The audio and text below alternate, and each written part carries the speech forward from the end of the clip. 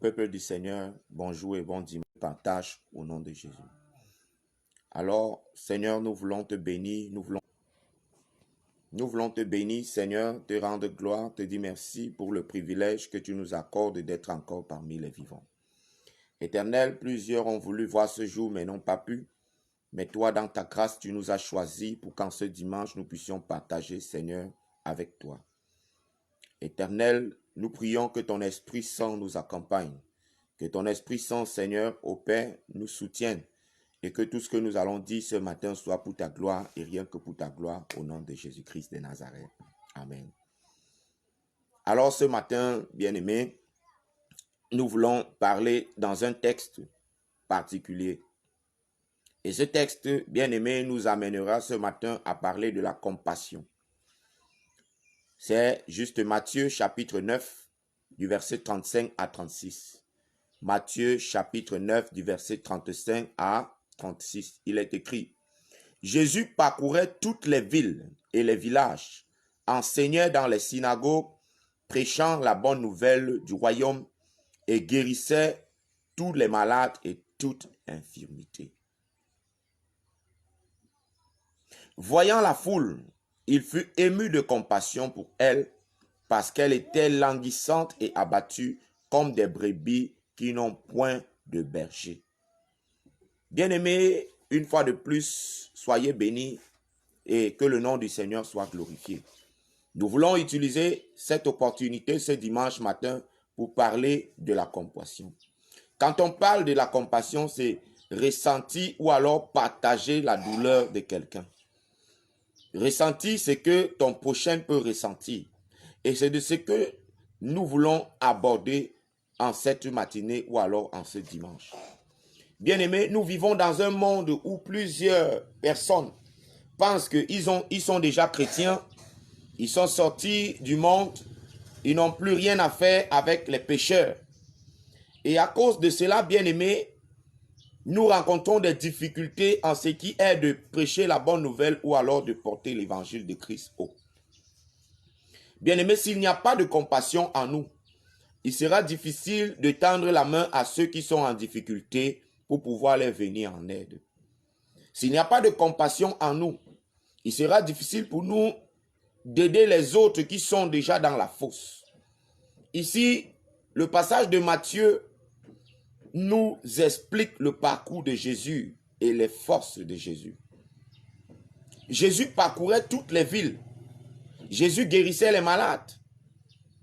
Jésus enseignait dans les synagogues. Il prêchait comme nous le faisons aujourd'hui.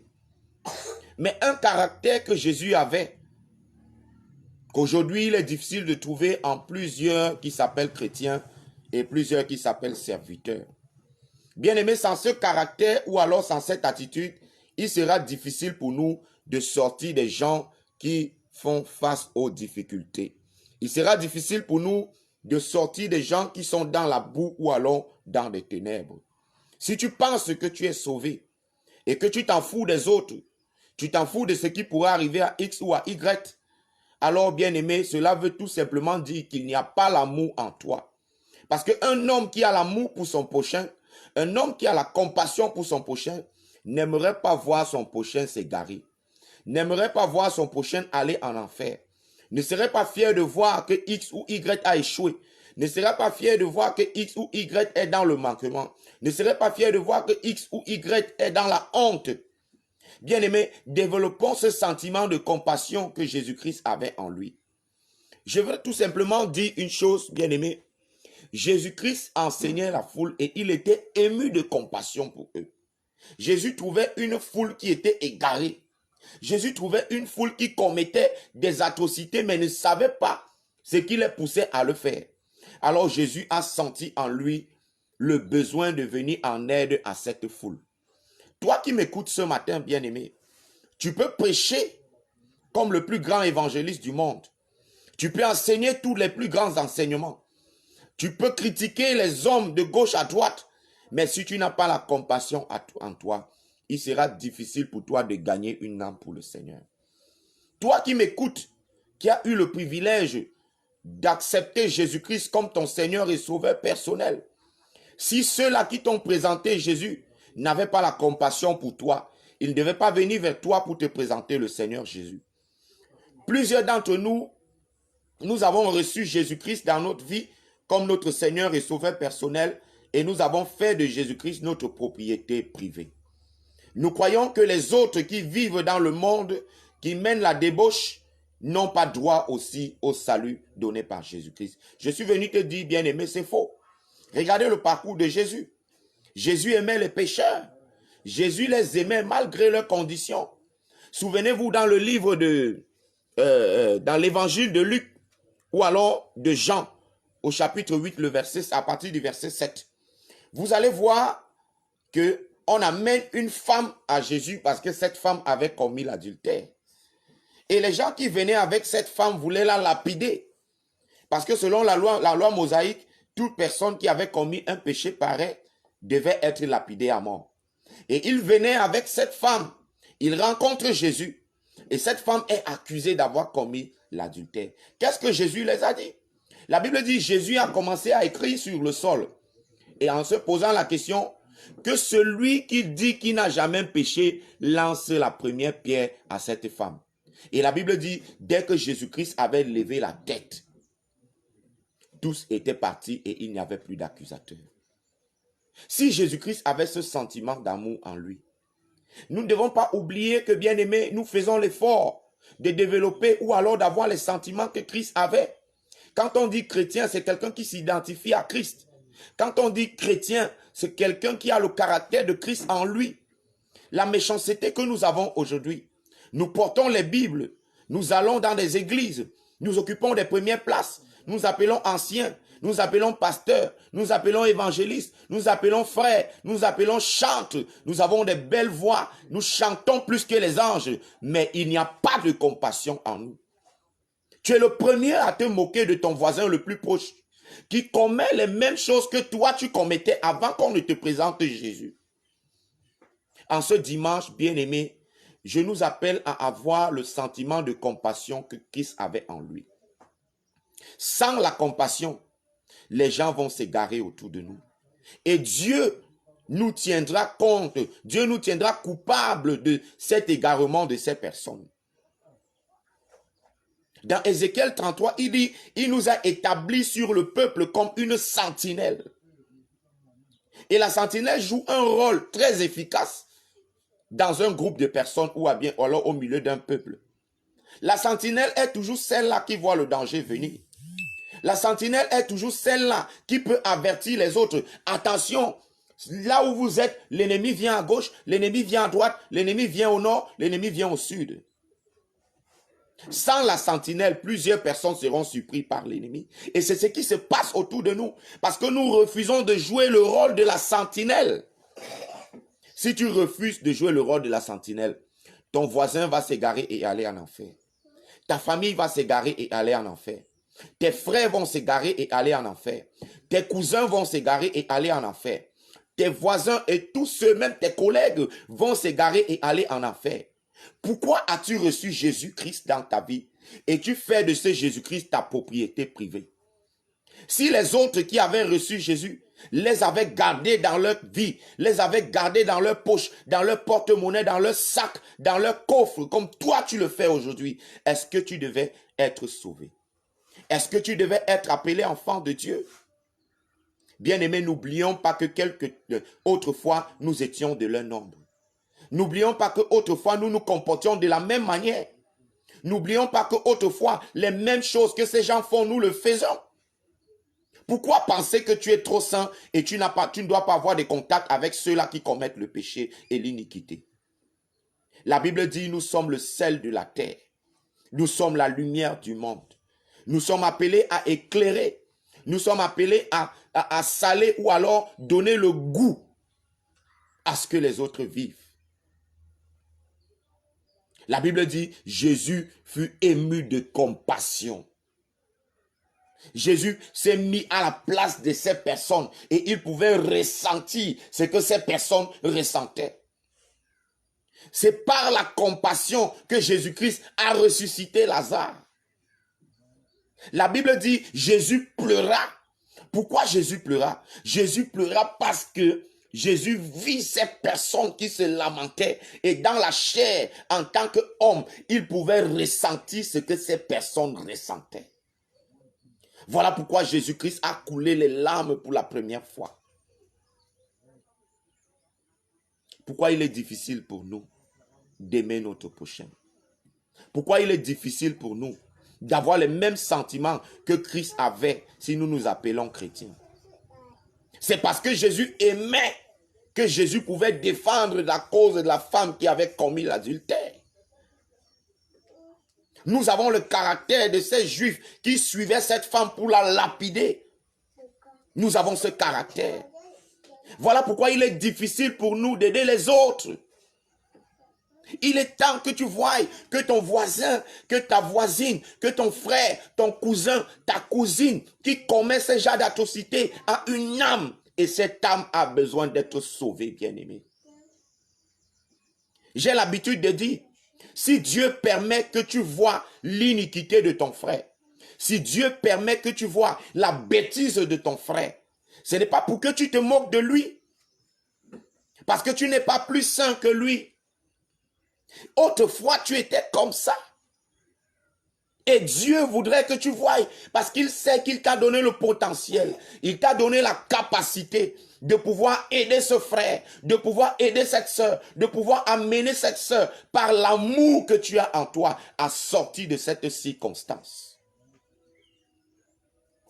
La compassion doit être la clé, doit être le point majeur de la vie chrétienne.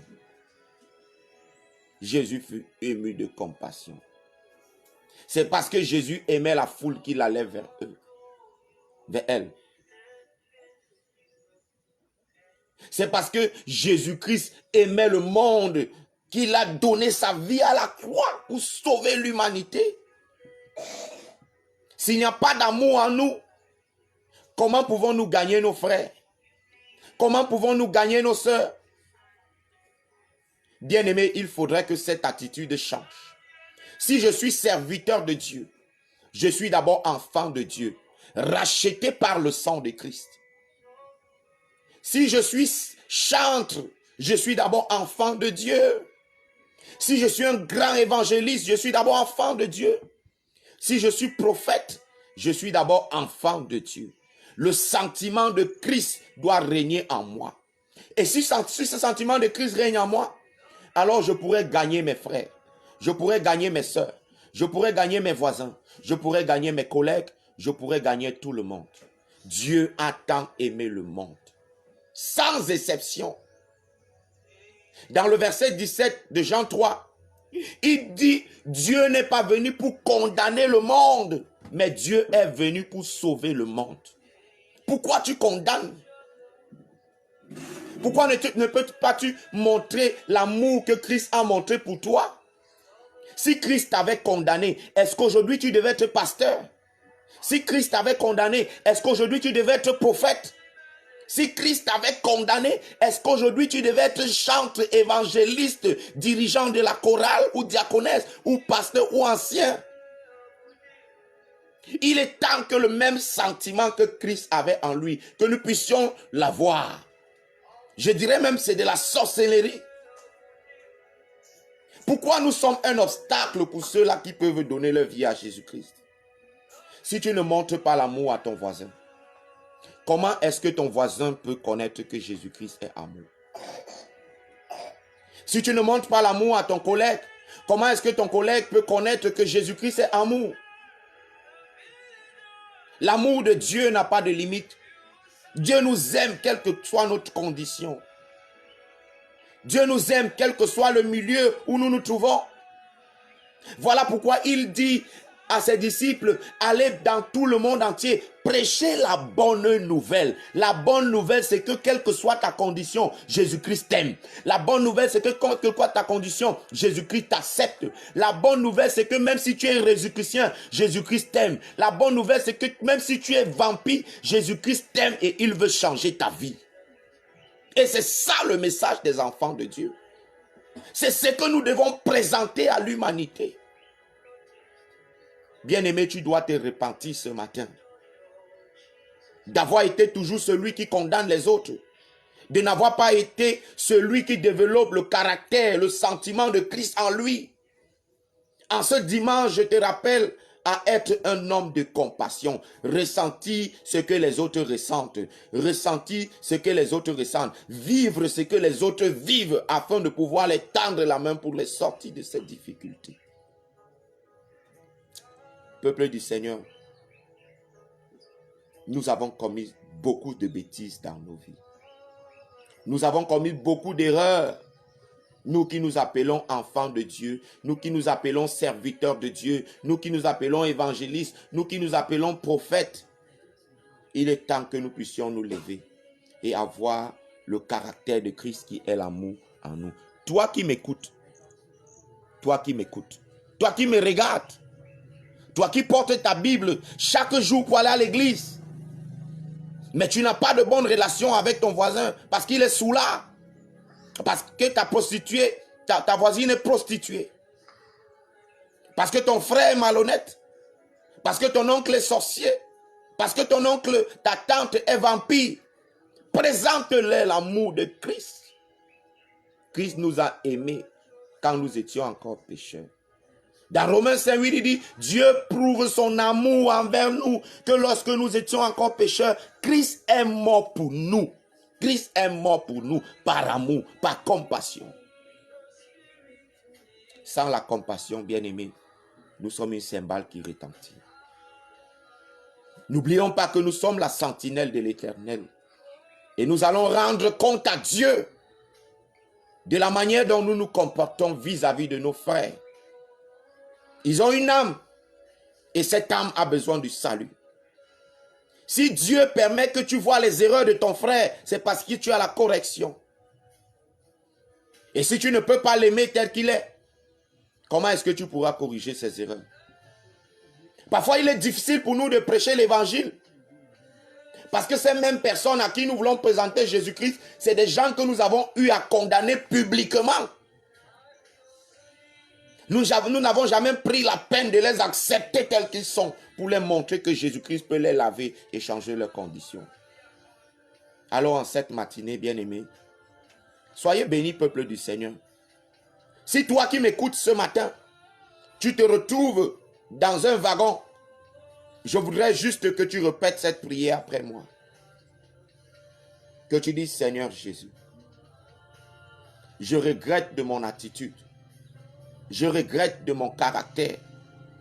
Je regrette de tout ce que j'ai pu faire dans le passé vis-à-vis des non-croyants, vis-à-vis des malfaiteurs, vis-à-vis des prostituées, vis-à-vis des soûlards, vis-à-vis des sorciers. Je te demande pardon, Seigneur. Je prie que tu me donnes le sentiment de Christ, que tu me donnes le caractère de Christ, que tu me donnes la compassion de Christ, afin qu'à partir d'aujourd'hui, que je puisse aimer mon prochain.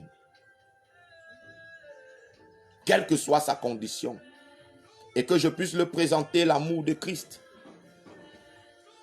Parce que tu m'as aimé, Seigneur, quelles que soient mes erreurs. Je te bénis, Seigneur. Je te dis merci. Parce que tu es le Dieu de la victoire. Au nom de Jésus-Christ. Peuple de Dieu, soyez bénis. Aimez la vidéo, partagez-la. Développons le caractère de Christ en nous. N'oublions pas que Christ était rempli de compassion. C'est pour cela que Christ n'a pas permis que la femme adultère soit lapidée.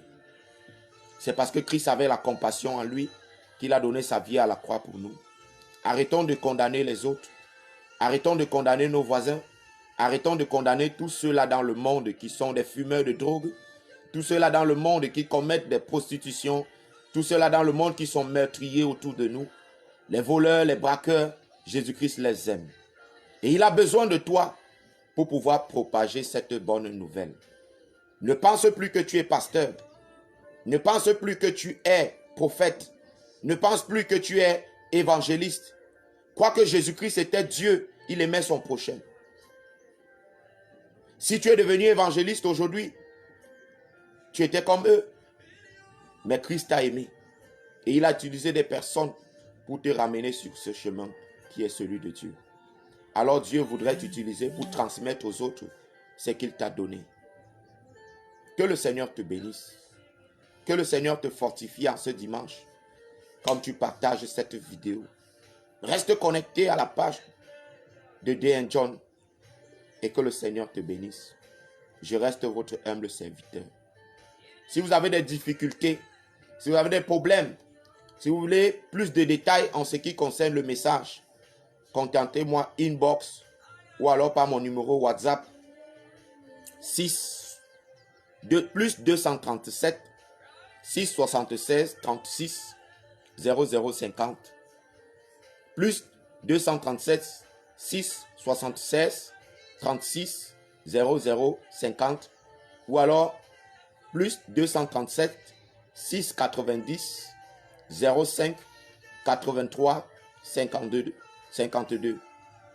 6 90 05 83 52.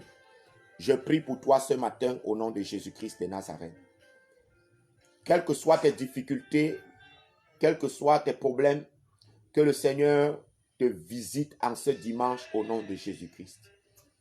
Je prie que toute force qui s'élève contre toi, contre ta famille, contre ton ministère, contre ta foi, soit rabaissée par le nom de Jésus-Christ. Je prie que toute maladie dont tu souffres soit brisée par le sang de Jésus-Christ. La parole de Dieu dit, par ses meurtrissures nous sommes guéris. Tu as dit dans ta parole, Seigneur, voici les signes qui accompagneront ceux qui auront cru. Ils prieront pour les malades et les malades seront guéris. Que tu sois dans ton bureau, que tu sois dans ta chambre, que tu sois encore sur ton lit, je prie que toute maladie en toi soit brisée par le nom de Jésus-Christ. Je prie que toute oppression qui s'élevait contre toi soit rabaissée au nom de Jésus-Christ de Nazareth. Reçois la grâce de Dieu. Reçois la victoire. Reçois la paix et la joie en ce dimanche au nom puissant de Jésus-Christ. Sois béni, sois béni, sois béni. Shalom. Je reste et demeure votre humble serviteur. Que la grâce de Dieu vous accompagne. Restez connectés. Que la compassion de Christ ne vous quitte jamais. Aimez votre prochain. Rapprochez-vous d'eux. Parlez-leur de Jésus-Christ. Et le Saint-Esprit fera le reste. Que Dieu vous bénisse abondamment. Au nom de Jésus-Christ. Shalom. Shalom.